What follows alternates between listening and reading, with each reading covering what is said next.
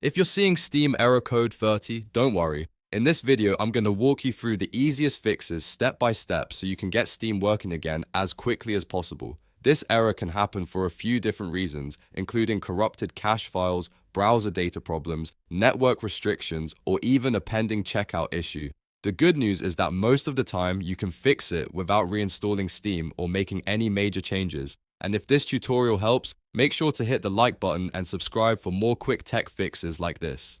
Alright, let's jump right in. The first thing to do is restart Steam completely. Close the Steam client, make sure it is not still running in the background, and then reopen it. A simple restart can clear temporary glitches and refresh the connection.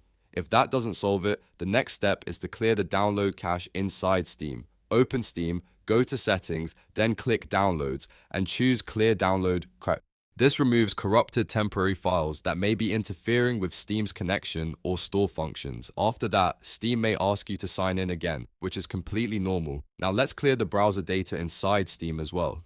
In Steam, go back into Settings, then open the web browser section. From there, delete the web browser cache and cookies. Steam uses its own built-in browser for some pages, and old or damaged browser data can cause error code 30 to appear. Once that is done, try the action again and see if the issue is gone. If you are still getting the error, the next thing to test is whether the problem is with the Steam client or the Steam website. If you are using the Steam client, open the Steam website in your regular browser and try the same action there. If you were already on the website, try the Steam client instead. Switching platforms like this can help you bypass a local client issue or a browser-related problem. Another very important step is to temporarily turn off anything that may be blocking Steam. That includes VPNs, proxies, antivirus software, or firewalls. Sometimes these tools interfere with Steam's connections or prevent transactions from completing properly.